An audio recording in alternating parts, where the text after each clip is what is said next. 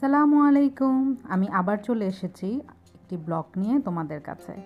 আজকে কোনো রান্নাবান্নার আয়োজন নেই। আজকে তোমাদেরকে দেখাবো শাহপরান রহমতুল্লাহ আলাইহির মাজার।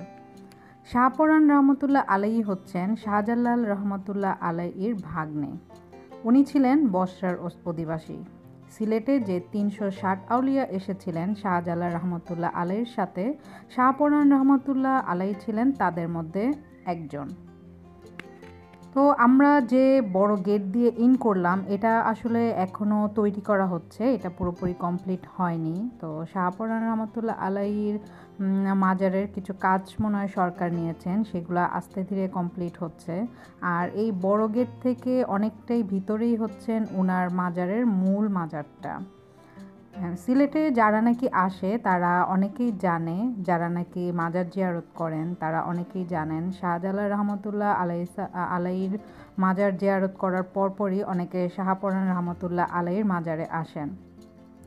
আর শাহপরান রহমতুল্লাহ আলাইহির মাজারটা এটা কিন্তু একটু গরমই, এটা অনেকে জানেন। আর যে কোনো পীর অলি আউলিয়ার সাথে আসলে কখনোই বেয়াদবি করা উচিত না, আবার অতি ভক্তি করেও আবার শিরক করাটাও ঠিক না।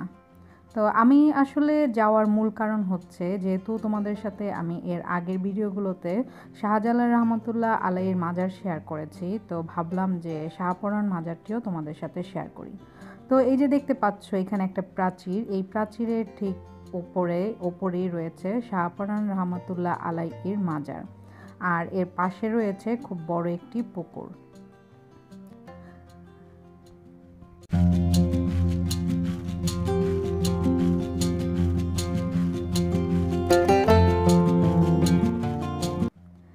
এই যে দেখতে পাচ্ছ পুকুর, এটা হচ্ছে শাহপরান রহমতুল্লাহ আলাইহির মাজারের ঠিক অপর সাইডেই একটি বড় পুকুর। এখান থেকেই অনেকে অজু টজু করে তারপরে নামাজ পড়তে যায়, তবে এই পুকুরে কোনো মাছ নেই। পরিবেশটা আসলে খুবই সুন্দর আর খুব শান্ত পরিবেশ। শাহজালাল রহমতুল্লাহ আলাইহির মাজারের মতো এখানে আসলে এত বেশি মানুষ নেই। আর এখানে মানুষ থাকলেও বৃহস্পতি আর শুক্রবারে অনেক মানুষ থাকে। তো আমি যেহেতু শুক্রবার আর বৃহস্পতিবার ছাড়া গিয়েছি, তাই তেমন একটা মানুষ নেই। তো আমি একটু পা ভেজাতে চেয়েছিলাম, কিন্তু ভয়ে আবার পিছিয়ে এসেছি, কারণ আমি সাঁতার জানি না।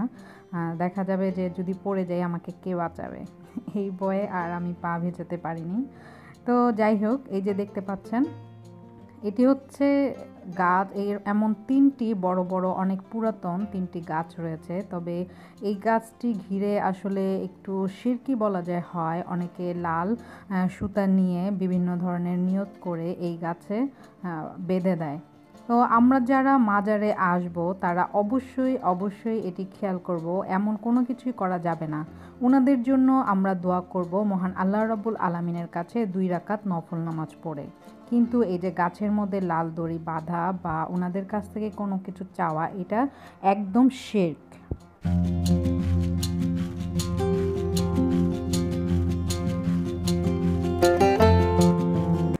তো এই যে দেখতে পাচ্ছ এটি হচ্ছে মহিলাদের জন্য নামাজের ব্যবস্থা করা হয়েছে। এটার ভিতরে খুব সুন্দর শান্ত পরিবেশে খুব সুন্দর করে মহিলাদের নামাজের ব্যবস্থা এটার ভিতরে। আর ওই যে দূরে দেখতে পাচ্ছ, আমি আস্তে আস্তে করে কাছে তোমাদেরকে নিয়ে যাচ্ছি, এটা হচ্ছে শাহপরান রহমতুল্লাহ আলাইহির মূল মাজারটা। এই সিঁড়ি বেয়ে ওপরের দিকে গেলেই ওনার কবর দেখা যায়। তো এখানে হচ্ছে মহিলাদের যাওয়া নিষেধ, শুধুমাত্র পুরুষরাই যেতে পারেন। আর দেখছো ওপরে ওই যে 2জন মানুষ নামছে পেছন দিয়ে, তো অনেকেই এভাবেই নামে, পেছন দিয়ে নাকি নামা ভালো না, তো এই জন্য সবাই এভাবে উল্টা উল্টা করে সিঁড়ি বেয়ে নেমে আসে। তো আমি জানি না এটা কতটুকু ঠিক বা বেঠিক। তো যাই হোক, ঘুরে ঘুরে তোমাদেরকে দেখাচ্ছি কি বাকিটা তোমরা ভালো করে বুঝে নেবে কোনটা ভালো কোনটা খারাপ। যে বড় পাতিলটা দেখতে পেলে এখানে অনেকেই টাকা ডালে, কিন্তু মাজারে কিন্তু আসলে টাকা না দিয়ে গরিব এতিম মিসকিন যারা আছে তাদেরকে টাকা দিয়ে সাহায্য সহযোগিতা করা আমাদের উচিত। তো এই যে আমি চলে এসেছি মহিলাদের নামাজ পড়ার যে স্থানটি রয়েছে সেটার ভিতরে। দেখো খুব পরিষ্কার পরিচ্ছন্ন জায়গা, আর মাঝখানের যে জায়গাটি ভিতরে আগে এটা খোলা ছিল, এখন আসলে অনেক মানুষ আসে আর পরিবেশটাকে একদম নোংরা করে ফেলে, যার জন্য এটা লক করে দেওয়া হয়েছে। আর অনেক বড় বড় মানুষ যেমন মন্ত্রী মিনিস্টার বা বড় বড় বিশেষ যারা নাকি ব্যক্তিরা আছে তারা অনেকেই এই মাজার জিয়ারত করতে আসেন, তখন এই রুমটা খুলে দেওয়া হয়। আর এই যে দেখতে পাচ্ছ এখানে অনেকগুলো ইসলামিক বই, কোরআন শরীফ, হাদিসের বই, অনেক কিছু আছে। তো যারা নাকি শাহপরান রহমতুল্লাহ আলাইয়ের মাজারে আসবে তারা কিন্তু এখানে বসে একটু রেস্টও নিতে পারো, 2 রাকাত নফলও নামাজ পড়তে পারো, আবার বসে বসে এই বইগুলো পড়তে পারো। তো দেখলে অনেক মহিলারাই নামাজ পড়ছিল 2 রাকাত। আর এই যে আমার টুনটুন বিচ্ছু দুষ্ট ছেলে, ও তো দুষ্টুমি করছেই নন স্টপ। তো ভাবলাম যে ওর একটু দুষ্টুমি তোমাদের সাথে শেয়ার করে ফেলি। তো এই দেখিয়ে দিলাম। আমি আসলে শাহপরান রহমতুল্লাহ আলাইহির মাজারে এটা নিয়ে 2 বার গেলাম। প্রথমবার আমি ভিডিও করার পর সবগুলো ভিডিও ডিলিট হয়ে গিয়েছে, তাই আবার গিয়ে তোমাদের জন্য ভিডিও করে নিয়ে আসছি। ওই যে ওখানে যে জায়গাটা দেখছো এখানে কিন্তু জুতা রাখার খুব ভালো ব্যবস্থা রয়েছে। তো আমি মনে করি তোমরা নাকি যারা সিলেটের বাইরে থেকে আসবে তারা অবশ্যই জুতা সেফভাবে 5 টাকার বিনিময়ে ওদের কাছে রাখতে পারো, এতে করে জুতা হারানোর আর ভয় থাকবে না। তো আমি এখন হেঁটে হেঁটে আগে চলে যাচ্ছি তোমাদেরকে দেখানোর জন্য। এই যে দোকানটি দেখতে পাচ্ছ এটি হচ্ছে শাহপরান রহমতুল্লাহ আলাইয়ের মাজারের ঠিক পাশেই দোকান। তো এমন আরও অনেকগুলো দোকান রয়েছে, আর এখানে অনেক জিনিস রয়েছে। এখানে শোপিস থেকে শুরু করে তাসবিহও রয়েছে। তবে শাহজালাল রহমতুল্লাহ আলাইহি মাজারের মতো এত জাঁকজমক না এই জায়গাটি, একটু নীরবই, কারণ এটি হচ্ছে শহরের বাইরে। আর এই যে হ্যান্ডসাম বয় দেখতে পাচ্ছ উনি আসলে ওনার দোকান নাকি সামনে। তো আমি যখন ভিডিও শ্যুট করছিলাম উনি বলল যে আপু আমাকেও ভিডিও করেন, এটা আমারই দোকান। তা আমি জিজ্ঞেস করলাম আপনার দোকান, তাহলে আপনি দোকানের ভিতরে যান না কেন? তো বলল যে না, এটা আমার মামার দোকান, সামনে আমার দোকান। তো আসলে অনেক সময় ভিডিও করতে গেলে ভালোই লাগে, কারণ কিছু কিছু মানুষ খুব সহজ সরল হয়। ওরা সবসময় বলে আসেন আমার দোকানের ভিতরে আসেন একটু ভিডিও করেন, বা অনেকে বলে আসেন আমাকে একটু ভিডিও করে নিয়ে যান। আমার কিন্তু আসলে খুব ভালোই লাগে, আমি বিন্দু পরিমাণ বিরক্ত হই না। তো যাই হোক, এই যে তোমাদেরকে দেখাচ্ছি এই যে মিষ্টি নক্কল, এগুলাকে আমরা নক্কল বলি, তোমরা কি বলো জানি না। এখানে মিষ্টি জাতীয় সব ধরনের খাবার রয়েছে, তসবি রয়েছে, বিভিন্ন ধরনের শোপিস রয়েছে, যার যেমন পছন্দ তোমরা নিতে পারো।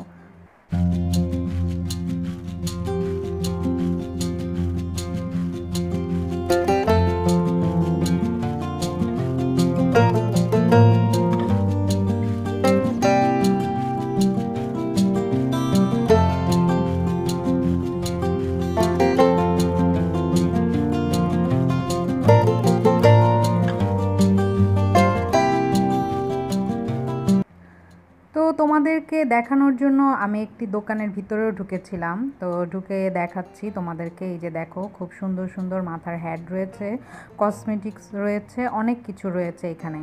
তো উনি বলল যে আসলে আজকে তো বার ছাড়া, তাই একদম নীরব, কিন্তু এছাড়া শুক্রবার আর শনিবারে অনেক দর্শনার্থী আসে এখানে আর অনেক জ্যাম থাকে।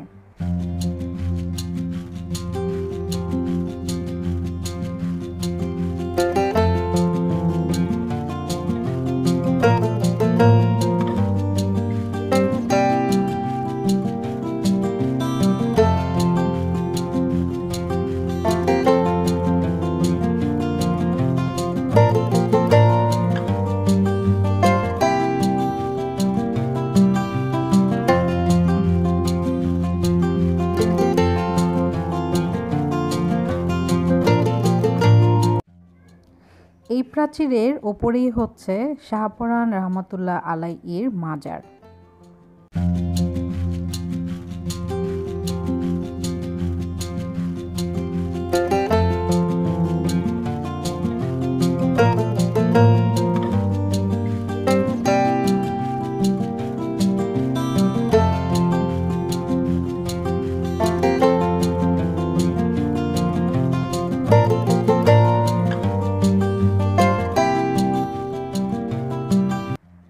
এখানে অনেকগুলো শোপিসের মধ্যে আমার কাছে সবচেয়ে বেশি ভালো লেগেছে এই ঝিনুকের জারগুলো।